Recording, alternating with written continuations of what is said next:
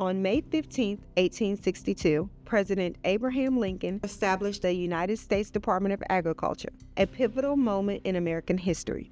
The USDA was created to support the backbone of the nation, its farmers, and to lead on critical issues like food production, agriculture, natural resources, rural development, and nutrition. Today, the USDA has grown into a robust entity with 29 agencies working together to serve these missions. One of these agencies, the Natural Resources Conservation Service, began as the Soil Conservation Service. Dr. Hugh Hammond Bennett spearheaded its creation in the wake of the infamous Dust Bowl, a catastrophe that stripped away around 800 million tons of topsoil, with dust even reaching the steps of the White House and Congress. This disaster led to the Soil Conservation Act of 1935, marking a turning point in soil and water management across the country. But while these efforts transformed American agriculture, challenges remained for many communities. To address the decline in Black agricultural landowners, the USDA developed a comprehensive outreach strategy. This plan focuses on building partnerships with community-based organizations, nonprofits, private industry, and land-grant colleges and universities. A notable example of such a collaboration is found right here in Pine Bluff, Arkansas, where innovative community programs are making a difference for Black farmers and aspiring agriculturalists.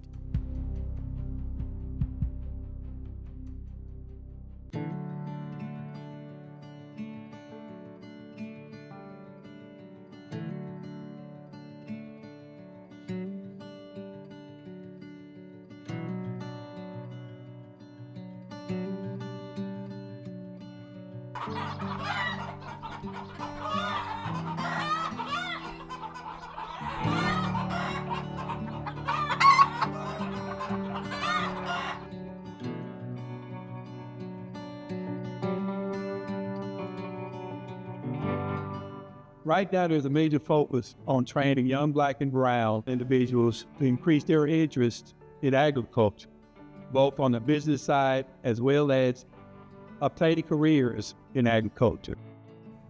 USDA is very interested in this type of project because of the training it provides the young people. And this program project will help the kids in a number of ways. They will learn how to grow crop organically. They will learn nutrition values. They will learn the actual process of starting a plant from a seed and going through all the natural stages that this plant will grow, and learning all the nutrition values again and all the healthy things that go along with it. We source our children from the community. They are either associated with some of the groups that we work with or the local churches.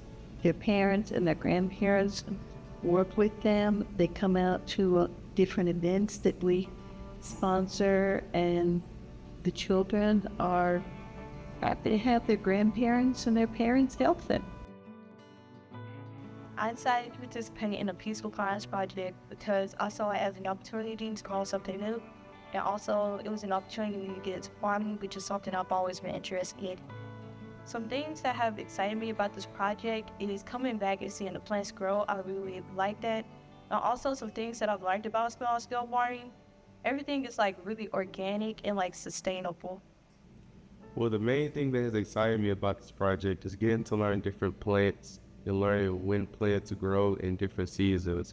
In small-scale farming, I learned that plants can grow together in the same row and they help each other grow and produce. Some of my most favorable moments in the program were building the hoop house, picking the vegetables, looking at the chickens, and just having a whole lot of fun with others. Currently, according to the USDA National Agriculture Statistics Service, we are losing Black farmers at an alarming rate.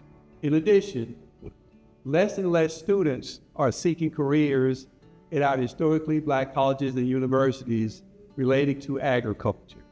Therefore, there's a big push, and they're targeting this type of project to bring in more young Black and brown individuals to consider agriculture as a career or as a business opportunity. Across the United States, there are 107 historically Black colleges and universities, serving approximately 340,000 students. Of these institutions, 19 offer degrees in agriculture and related sciences. These were established under the Second Morrill Act of 1890, a law that mandated the inclusion of African Americans in the United States land-grant university system, ensuring equal access to higher education in agriculture. The University of Arkansas at Pine Bluff, the second oldest public institution in Arkansas, is a shining example of this legacy. With a student body of approximately 1,843, UAPB stands out for its commitment to agricultural education, enrolling 268 students in agriculture and related sciences. It is renowned for its top-ranked fisheries program, which has earned the #1 spot in aquaculture and fisheries research nationwide. UAPB's efforts extend beyond the classroom. The university's Agricultural Discovery Program recruits socially disadvantaged youth, introducing them to the vast possibilities within the field of agriculture. Additionally, its federally funded Small Farm Program provides critical assistance to historically underserved farmers and ranchers, helping them access USDA programs and services. Students at UAPB come from diverse backgrounds, urban and rural, north and south, each bringing unique perspectives and motivations for pursuing degrees in agriculture. The USDA's Office of Partnership and Public Engagement supports these ambitions through initiatives like the USDA 1890 Scholars Program, which can cover up to 100% of a student's tuition. It's a commitment to the future, ensuring that new voices continue to grow and thrive in agriculture. My name is Mary Bunch. I'm a sophomore here at the University of Arkansas at Pine Bluff, and I'm an 1890 scholar. Growing up on a family farm did help me pursue a career in agriculture ever since I was a little girl. I've always helped my father outside, like planting different things such as tomatoes, watermelons. And I've also gotten a chance recently the past few years to drive the tractor. My decision on agriculture came from growing up. I've always helped my father and my brothers outside. I used to plant crops, and we also have high-tone houses. And so that gave me a lot of experience. And then I've also been able to watch, the past few years, watch my father and my uncles and what they do and the work that they do with agriculture.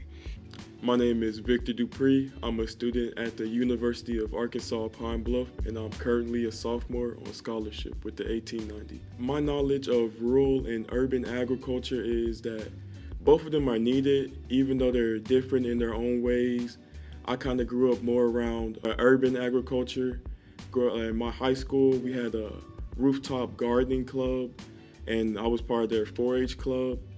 But then moving later on in my life, when I was with my aunt, I got to see the more kind of rural side of things and how like a big open field of land really operates, a big cornfield, horses and things like that. So while they both do, they're both equally important to me, they're different in their each own way. My name is Talia Jackson. I am a sophomore here at the University of Arkansas at Pine Bluff, and I am currently a National USDA 1890 Scholar. The thing that made me decide on a career in agriculture was my childhood. As I reflected on what I wanted to be and what I wanted to pursue in college, I looked at how I was as a kid. I wanted to pursue something in nature, and I wanted to help people. And so when I thought of agriculture is something that we all benefit from. Every culture, every country is what we eat, what we wear, and multiple things like that.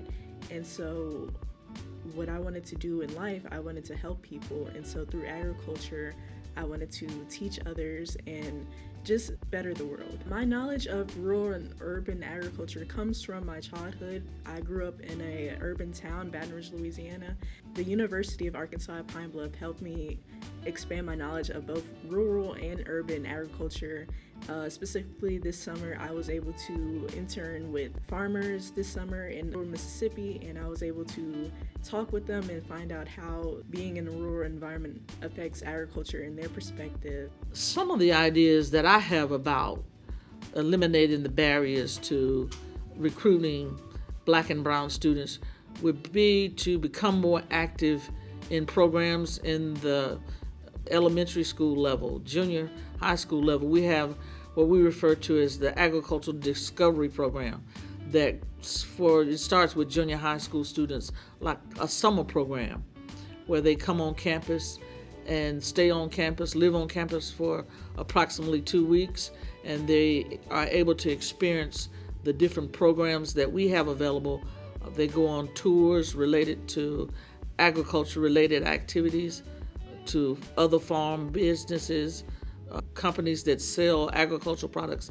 They get a variety of different experiences. So I would say be able to participate in programs like that, your 4-H programs, at an early age, and then they'll be able to understand the diversity of career and job opportunities that are available to them in agriculture. To increase awareness of agriculture, I guess, in the community that we serve, I would recommend that we go out and let the community know what we're doing and what agriculture is all about.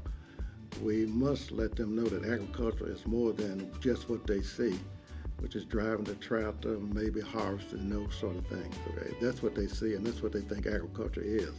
Unless we get out and inform them about what actually agriculture is. And we could do that. We could do that. Just go out and have outreach meetings, I guess, in the community and let them know all about agriculture, how agriculture, will impact their community, how agriculture, impact the world. And if students are involved, let them know about the opportunities that are out there for agriculture. The U.S. federal workforce is vast, employing approximately 3 million people, and the USDA alone accounts for roughly 100,000 of them. In 2024, over 11,000 of these employees worked within the USDA's Natural Resources Conservation Service. Their roles range from local offices in small towns to national headquarters in Washington, D.C., with salaries spanning from $26,000 to $187,000, depending on experience and expertise. With nearly 3,000 USDA service centers scattered across the nation, farmers and ranchers can connect directly with USDA staff, including those from the Farm Service Agency and NRCS. Here, they find personalized guidance to shape their agricultural visions and assess programs that make their goals achievable. The mission of NRCS is simple yet powerful: to deliver conservation solutions that empower agricultural producers to protect natural resources while feeding a growing world. Their vision? Helping people help the land. This leads to a future where clean and abundant water, healthy soils, and resilient landscapes support thriving agricultural communities, all achieved through voluntary conservation practices. For many, a career with the NRCS starts as a soil conservationist in a local county office, providing a solid foundation for future advancement. With dedication, the path can lead from field-level work to leadership roles at the state or even national level. As an NRCS employee, one of the things that I do for recruitment, which is my passion, especially the past 25 years, I have worked intensively in bringing students from 1890 colleges. I do a trip every fall to University of Arkansas, Pine Bluff, Alcorn State, Southern University, Florida A&M. But I also do a lot of work with our Hispanic service institutions. University of Puerto Rico, Maya West, my alma mater, is an HSI. I coordinate and work with my counterpart in Puerto Rico and other states to do a recruitment and bring in minority students. But I also do that in California and other parts of the nation. Not only African Americans, Hispanics, but also working with tribal colleges, as well with schools with a large population of Asian and Pacific Islanders, because that is the future. That is the future of our agency, quite frankly. It's not just the future of our agency, it's the future of our nation. It's bringing those students into more natural resources and agricultural careers so that we can continue sustaining the economy that we have, and also the resources, and bringing in new ideas to protect our natural resources in our nation. Well, I grew up in rural area of Mississippi. I grew up off the farm, but we did have a garden. Some people call it a garden, but it was like 2 acres. And part of it was what we call production, where we did cucumbers, peppers, and okra. The other side of the house, we had kind of the internal garden where we did greens, tomatoes, peas, butter beans, all those kinds of things that we grew. We grew enough to, share with our cousins that were coming from the cities. And also, we had watermelons, cantaloupes, those kind of things that we enjoyed working. We also had farm animals such as hogs.